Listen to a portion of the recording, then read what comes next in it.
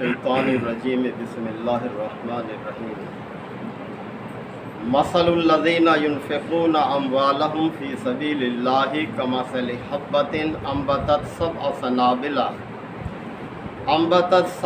سنابل فی کل سنبلۃ مئۃ حبۃ واللہ یضاعف لمن یشاء واللہ واسع علیم الذین ينفقون اموالهم فی سبیل اللہ ثم لا یتبعون ما انفقوا منا ولا اذى لهم اجرهم عند ربهم ولا خوف علیہم ولا هم يحزنون قول معروف ومغفرۃ خیر من صدقۃ یتبعها اذى واللہ غنی حلیم یا ایہا الذین آمنوا لا تبطلوا صدقاتکم بالمن والاذى کالذی ينفق مالہ رئاء الناس ولا یؤمن باللہ والیوم الآخر فمثلہ کمثل صفوان علیہ تراب فأصابہ وابل فترکہ صلدا لا یقدرون علی شیء مما کسبوا واللہ لا یہدی القوم الکافرین۔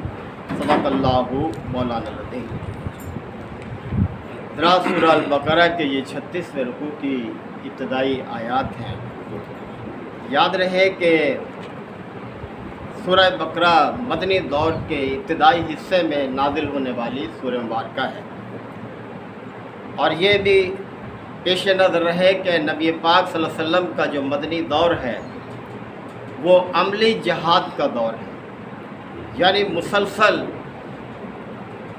جنگیں ہوتی رہی ہیں کفار کے خلاف دین کے غلبے کے لیے، تو لہذا اس بات کا تقاضا کرتی ہیں یہ جنگیں کہ مال اور جان دونوں کے لحاظ سے بھرپور جد و جہد کی جائے۔ جنگیں کوئی آسان عمل نہیں ہے، اس کے لیے جان، مال اور ہر طرح کی وہ قربانی جو انسان کے بس میں ہے وہ پیش کی جائیں۔ تو اللہ تعالیٰ نے یہاں سے اب ایک نئے تقریر کا آغاز کیا ہے، ایک نیا موضوع ہے جو مسلسل 3 رکوع تک چلتا ہے، اور وہ ہے اللہ کے راہ میں مال کو خرچ کرنا۔ مال اگرچہ بہت بڑی نعمت بھی ہے، اور اس کے ساتھ ساتھ اللہ تعالیٰ اس کے ذریعے سے لوگوں کو آزماتا بھی ہے، یعنی آزمائش کا ذریعہ بھی ہے۔ تو فرمایا جا رہا ہے اس حوالے سے کہ مثل الذین ينفقون اموالهم فی سبیل اللہ، جو لوگ اللہ کی راہ میں اپنے مال کو خرچ کرتے ہیں ان کی مثال ایسے ہے کمثل حبۃ، جیسے کہ ایک دانہ بویا جائے، انبتت سبع سنابل، اور اس سے 7 بالیاں نکلیں اس سے، فی کل سنبلۃ مئۃ حبۃ، اور ہر بالی میں 100 دانے ہوں۔ تو کس طرح سے دیکھیں اللہ نے نشو و نما کا اظہار کیا ہے کہ ایک دانے سے 700 دانے وہ پیدا کرتا ہے۔ تو اسی طرح سے اللہ کے راستے میں جو مال خرچ کیا جائے گا اللہ بڑھا چڑھا کر اس کا اجر دیتا ہے۔ پیچھے رکوع میں یہ بات گزر چکی کہ من ذا الذی یقرض اللہ قرضا حسنا، کون ہے جو اللہ کو اچھا قرض دے، فیضاعفہ لہ، تاکہ اللہ بڑھا چڑھا کر اس کو واپس کرے۔ یعنی اللہ کے راستے میں جب کوئی شخص خرچ کرتا ہے اللہ کی رضا کے لیے تو اللہ اس کو اپنے اوپر قرض قرار دیتا ہے، اور قرض کی واپسی میں اللہ سے بڑھ کر کھڑا کون ہو سکتا ہے؟ تو اس لیے فرمایا کہ اللہ کی راہ میں تم جو کچھ خرچ کرو گے اللہ اس کا اجر اس طرح سے تمہیں عطا کرے گا کہ جیسے ایک دانے سے 700 دانے وہ پیدا کر دیتا ہے۔ واللہ یضاعف لمن یشاء، اور اللہ تعالیٰ جس کے لیے چاہتا ہے اجر کو بڑھا دیتا ہے۔ یعنی اجر کا بڑھنا انسان کی نیت اور اس کے مقصد پر منحصر ہے کہ وہ کس نیت سے، کس مقصد سے اللہ کے راستے میں خرچ کر رہا ہے۔ اگر نیت درست ہے، مقصد نیک ہے، اللہ کی رضا مطلوب ہے، تو اللہ تعالیٰ بڑا کشادہ دست ہے۔ اس لیے اپنی دو صفات کا اللہ نے یہاں ذکر فرمایا، واللہ واسع علیم، اللہ تعالیٰ بہت وسعت اور بہت علم کا مالک ہے۔ یعنی اللہ بہت کشادہ دست ہے، اس کے ہاتھ بہت کشادہ ہیں۔ جب تم صحیح نیت سے، صحیح جذبے سے اللہ کی رضا کے لیے اللہ کی اس نعمت کو خرچ کرو گے تو یاد رکھو اللہ بھی بڑی وسعت کا مالک ہے، وہ تمہاری امیدوں سے بڑھ کر تمہیں اجر عطا کرے گا، اور علیم ہے، یعنی اس کو معلوم ہے تم کس نیت سے یہ خرچ کر رہے ہو، کس ارادے سے تم یہ خرچ کر رہے ہو، کیا مقاصد ہے تمہارے، اس سے چھپا ہوا نہیں ہے تمہارا کوئی مقصد جو ہے یہ۔ تو اللہ وسعت والا بھی ہے اور علیم بھی ہے۔ محترم بھائیوں، انسان کو اللہ نے جو بھی نعمت دی ہے اس کے بارے میں اس نے خود ہی یہ وضاحت فرمائی ہے کہ وما بکم من نعمت فمن اللہ، تمہیں جو نعمت بھی حاصل ہے وہ اللہ ہی کی عطا کردہ ہے، اور اتنی نعمتیں اللہ تعالیٰ نے انسان کے لیے پیدا کی ہیں کہ انسان ان کا شمار نہیں کر سکتا، گن نہیں سکتا، اور اس کا دعویٰ کیا ہے اللہ تعالیٰ نے قرآن مجید میں کئی مقام پر کہ وَإِن تَعُدُّوا نِعْمَتَ اللَّهِ لَا تُحْصُوهَا، تم اگر اللہ کی نعمتوں کو گننے لگو تو شمار نہیں کر سکتے، اتنی نعمتیں ہیں۔ تو جب اللہ نے انسان پر اتنے احسانات کیے ہیں تو اس کے لیے موقع ہے کہ وہ ان احسانات کا شکر گزار بنے، اور شکر گزاری کا بہترین طریقہ یہی ہے کہ اللہ کی نعمت کو اس کے رضا کے لیے استعمال کرے، اپنی کو ذاتی غرض نہ ہو، یعنی اپنی ناموری نہ ہو، دکھاوا نہ ہو، بلکہ اللہ کی رضا کے لیے وہ خرچ ہو۔ الذین ينفقون اموالهم فی سبیل اللہ، تو جو لوگ اپنے مال اللہ کی راہ میں خرچ کرتے ہیں۔ اب دیکھیں اللہ کی راہ میں خرچ کرنے کا مفہوم بھی بڑا واضح ہونا چاہیے۔ ایک تو یہ ہے کہ انسان اللہ کے راستے میں یعنی جہاد کے لیے خرچ کرتا ہے، یا اللہ کے دین کی اشاعت کے لیے خرچ کرتا ہے، یا مسافروں پر خرچ کرتا ہے، غریب رشتہ داروں پر خرچ کرتا ہے، اپنے کمزور ہمسایوں پر خرچ کرتا ہے، یتیموں اور بیواؤں کے لیے خرچ کرتا ہے، اور یہاں تک کہ اگر وہ اپنی جائز ضرورتوں کے لیے بھی خرچ کرتا ہے وہ سب اللہ کی راہ میں شمار ہوتا ہے۔ اپنے بیوی بچوں کا پیٹ پالنے کے لیے بھی خرچ کرتا ہے تو وہ بھی اللہ اس کو اپنے راستے میں شمار کرتا ہے۔ تو فرمایا جا رہا ہے کہ جو لوگ اپنے مال اللہ کی راہ میں صرف کرتے ہیں، ثم لا یتبعون ما انفقوا منا ولا اذى، اور پھر اس خرچ کے بعد من اور اذى، دیکھیں دو چیز بیان کی ہے، احسان جتلانا من، اور اذى اذیت پہنچانا۔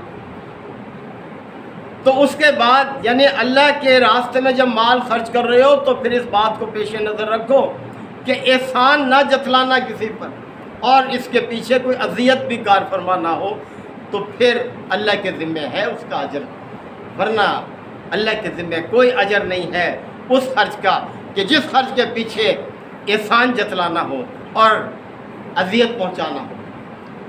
لہم اجرہم عند ربہم، تو ایسے ہی لوگوں کے لیے ان کے رب کے ہاں اجر ہے کہ جو خرچ کریں تو اس کے پیچھے کوئی احسان جتلانا نہ ہو اور اذیت پہنچانا نہ ہو۔ ولا خوف علیہم ولا ہم یحزنون، اور ان کے لیے نہ کوئی خوف ہے اور نہ کوئی رنج ہے۔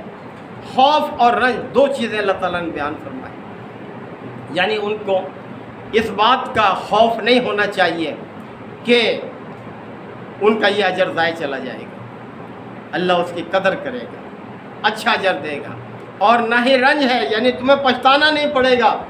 اللہ کی راہ میں جب تم نیک جذبے کے ساتھ خرچ کرو گے، نیک نیتی کے ساتھ خرچ کرو گے، اللہ کی رضا کے لیے خرچ کرو گے، تو تمہیں کسی قسم کا رنج نہیں ہوگا، تمہیں پچھتانا نہیں پڑے گا، تم وہاں محسوس کرو گے کہ کاش میں اور زیادہ خرچ کرتا تو اس سے زیادہ مجھے آج اجر ملتا، میرے کام آتا۔ قول معروف، فرمایا ایک اچھا بول، ایک میٹھا بول۔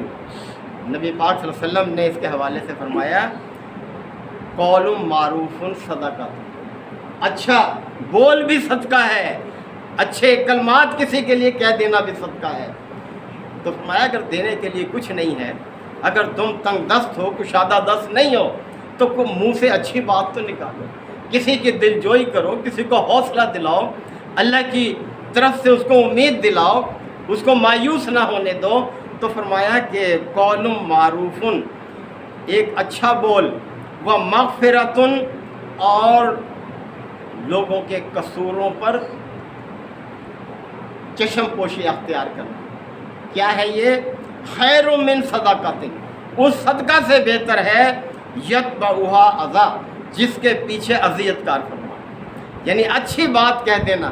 اور پھر یہ ہے کہ چشم پوشی، کتنے ہمارے متعلقین ہوتے ہیں، بہت سے مواقعوں پر ایسی بات کہہ جاتے ہیں یا ایسا رویہ اختیار کر جاتے ہیں جو ہمیں ناگوار ہوتا ہے، ہم سیخ پا ہو جاتے ہیں، ان سے تعلقات توڑ لیتے ہیں، تو یہ بھی درست نہیں۔ اللہ تعالیٰ نے اصلاح فرمائی ہے، یہ جماعت کی مضبوطی کو پارا پارا کر دیتی ہے یہ چیز، اور جتنی زیادہ ایک دوسرے کے لیے برداشت ہوگی، چشم پوشی ہوگی، تعلقات مضبوط ہوں گے۔ یعنی یہ وقتی ہوتی ہے یہ کیفیت، کسی کی طرف سے اگر کوئی بے رخی ہو گئی ہے تو چشم پوشی سے کام لو۔ اللہ کتنا صبر والا ہے، وہ کتنی چشم پوشی سے کام لیتا ہے، بے حساب نعمتیں اس نے دے رکھی ہیں ہمیں، لیکن اس کے باوجود وہ ہمارے قصوروں پر ہم پر فوری گرفت نہیں کرتا، بلکہ سنبھلنے کا موقع دیتا ہے، پلٹنے کا موقع دیتا ہے۔ اسی طرح سے ہمارا رویہ ہونا چاہیے۔ اور آپ علیہ السلام کی تاکید بھی یہی ہے ہمیں کہ وَتَخَلَّقُوا بِأَخْلَاقِ اللَّهِ، اپنے اخلاق اللہ کے اخلاق کی بنیاد پر استوار کرو، اپنے اخلاق اسی نہج پر ان کو نشو و نما دو جو اللہ کے اخلاق ہیں، بلند اخلاق ہیں۔ وہ رحیم ہے، وہ کریم ہے، وہ کس طرح سے لوگوں کی حاجتوں کو پورا کرتا ہے، تو تمہیں بھی اس طرح سے ہونا چاہیے، اللہ کے اخلاق کی پیروی۔ تو فرمایا کہ قول معروف و مغفرۃ، ایک اچھی بات اور چشم پوشی کا رویہ، خیر من صدقۃ، اس صدقہ سے بہتر ہے یتبعھا اذی، جس کے پیچھے اذیت کار فرما ہو۔ واللہ غنی حلیم، اور اللہ غنی ہے، حلیم ہے۔ غنی ہے، اللہ بے نیاز ہے، اسے تمہارے اس خرچ کی ضرورت نہیں ہے۔ جو شخص اللہ کے راستے میں خرچ کرے اور پھر اس کے پیچھے اذیت کار فرما ہو، اس کا مطلب یہ ہے کہ پھر اللہ کے ذمے اس کا کوئی اجر نہیں۔ تو جب اللہ بردبار ہے، حلیم ہے، تو تمہیں بھی اس رویے کو اختیار کرنا چاہیے۔ یا ایھا الذین آمنوا، اے لوگو جو ایمان کا دعویٰ کرتے ہو، دیکھو ایمان کے ساتھ تعلق ہے اس بات کا، ایمان کے تقاضے ہیں، ان کو بھی تو پورا کرو۔ محض زبانی اقرار کر لینا تو کافی نہیں ہے، ایمان کے جو تقاضے ہیں ان کو بھی مد نظر رکھو۔ فرمایا یا ایھا الذین آمنوا لا تبطلوا صدقاتکم، اے ایمان والو اپنے ان صدقات خیرات کو باطل نہ کر لو، ان کو ضائع مت کر دو۔ کس چیز سے؟ بالمن والاذی، احسان دھر کر اور اذیت پہنچا کر۔ دیکھیں یہ احسان دھرنا کسی پر، یعنی خرچ کرنے کے بعد اس کو احسان جتلانا اس پر، اس کا مطلب یہ ہے کہ وہ اللہ سے اجر کا امیدوار نہیں ہے، وہ اس چیز کا امیدوار ہے کہ لوگ اس کی تعریف کریں، اس کے گن گائیں، اس کے چرچے ہوں۔ تو جب یہ اس کی نیت ہے تو اللہ کے ذمے پھر کیا آ جائے؟ تو فرمایا جا رہا ہے کہ اے ایمان والو تم ان صدقات کو باطل نہ کر لو، لوگوں پر احسان جتلا کر اور ان کو اذیت پہنچا کر۔ کالذی، اس شخص کی طرح، ينفق مالہ رئاء الناس، جو اپنے مال لوگوں کو دکھاوے کے لیے خرچ کرتا ہے، اس کی طرح سے تم اپنے اس عمل کے اجر کو ضائع نہ کر دو۔ ولا یؤمن باللہ والیوم الآخر، اور وہ شخص اللہ اور یوم آخرت پر ایمان نہیں رکھتا۔ اللہ کی راہ میں جو شخص خرچ کرے گا صحیح نیت اور ارادے کے ساتھ، تو اس کا یہ ارادہ ہوتا ہے کہ آخرت میں مجھے اس کا اچھا اجر ملے۔ جو آخرت کا امیدوار نہیں ہے، دنیا پرست ہے کہ دنیا میں میرا نام ہو، ڈنکا بجے، میرے چرچا ہو، تو پھر لوگ کر دیتے ہیں تعریف، اس کی وہ نیت تو پوری ہو گئی، اس کا مقصد تو پورا ہو گیا۔ اب آخرت میں اس کے لیے اللہ کے ہاں، اللہ کے ذمے کیا اجر ہے جو اس کو دیا جائے گا۔ اور پھر ایک مثال دی، فمثلہ، اس کی مثال ایسے ہے جو لوگوں کو دکھاوے کے لیے احسان دھرنے کے لیے خرچ کرتا ہے اس کی مثال ایسے ہے کمثل صفوان کہ جیسے کہ ایک چٹان ہے علیہ تراب اس کے اوپر مٹی کی ایک تہ جو ہے وہ بچھی ہوئی ہے، ایک چٹان ہے اس کے اوپر مٹی کی تہ بچھی ہوئی ہے، فاصابہ وابل اور اس کے اوپر اگر زور کا می برسے فترکہ صلدا تو چٹان کے چٹان باقی رہ جائے گی، وہ مٹی رہ جائے گی۔ یہاں بارش سے مراد خیرات ہے اور چٹان سے مراد نیت ہے، وہ ارادہ ہے جس کی طرح سے وہ کر رہا ہے، اور مٹی سے مراد نیکی کی وہ ظاہری شکل ہے۔ وہ تو جب نیکی کی ظاہری شکل احسان دھرنا ہے تو وہ ایسے ہی ہے جیسے بارش ہوگی تو مٹی بہہ جائے گی، اب اس چٹان میں بالندگی کی کوئی صلاحیت نہیں ہے، اس پہ لاکھ دانے رکھ کر آپ کاشت کریں وہ کچھ نہیں ہوگا، کوئی اس سے فصل پیدا نہیں ہوگی۔ لا یقدرون علی شیء مما کسبوا تو جو عمل انہوں نے کیا ہے نیکی کا اس سے کوئی ان کو فائدہ حاصل نہیں ہوگا، وہ سب ضائع چلی جائیں گی۔ واللہ لا یہدی القوم الکافرین اور اللہ تعالیٰ کافروں کو ہدایت نہیں دیتا۔ کافروں سے مراد یہاں ناشکرے ہیں، ناقدرے ہیں، تو اللہ تعالیٰ انہی کی اجر دیتا ہے جو اس کے شکر گزار بنتے ہیں، اس کی شکر گزاری کرتے ہیں۔ اور محترم بھائیوں، اللہ تعالیٰ ہدایت اسی کو دیتا ہے جو ہدایت کا طلبگار ہوتا ہے۔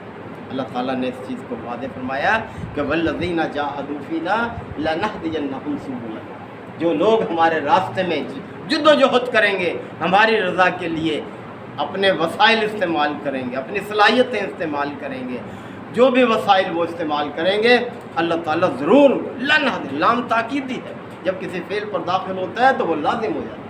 لنہدینہم سبلنا، ہم ضرور انہیں اپنے راستے کی ہدایت دیں گے، اور جن کا ارادہ ہی کچھ اور ہو تو پھر جائیں، پھر وہ اسی طرف جائیں، وہیں سے اپنا اجر لیں۔ تو محترم بھائیو، یہ ساری باتیں اس وجہ سے کی جا رہی ہیں کہ مشکل حالات قیامت تک آتے رہیں گے اہل ایمان پر۔ اللہ تعالیٰ آزمائش کرتا ہے کہ جو وسائل اللہ نے ان کو دیے ہیں وہ انہیں کس طرح سے بروئے کار لاتے ہیں، اللہ کی رضا کے لیے کس طرح سے استعمال کرتے ہیں۔ ہمیں بھی اللہ تعالیٰ نے بہت کچھ دے رکھا ہے، محض مایوسیوں کی طرف نہ جائیں بلکہ ان نعمتوں کو دیکھیں جو اللہ نے ہمیں دے رکھی ہے۔ اللہ کی نعمتوں کی شکر گزاری کا یہی بہترین طریقہ ہے کہ ان نعمتوں کو اللہ کی رضا کے مطابق ہم استعمال کریں۔ اللہ تعالیٰ ہم سب کو عمل کی توفیق عطا فرمائے۔ وآخر دعوانا الحمدللہ وکفیٰ وسلام علی عبادہ الذین اصطفیٰ۔ ربنا آتنا فی الدنیا حسنہ وفی الآخرۃ حسنہ وقنا عذاب النار وادخلنا الجنۃ مع الابرار یا عزیز یا غفار رب العالمین۔ اللہم انک عفو کریم تحب العفو فاعف عنا۔ اللہم من احییتہ منا فاحیہ علی الاسلام ومن توفیتہ منا فتوفہ علی الایمان۔ یا شافی الامراض اشف مرضانا ومرضى المسلمین، یا قاضی الحاجات اقض حاجاتنا وحاجات المسلمین۔ اللہم اعز الاسلام والمسلمین، اللہم دمر اعداء الدین۔ ربنا تقبل منا انک انت السمیع العلیم وتب علینا انک انت التواب الرحیم۔ صلی اللہ تعالی علی خیر خلقہ محمد وآلہ وصحبہ اجمعین۔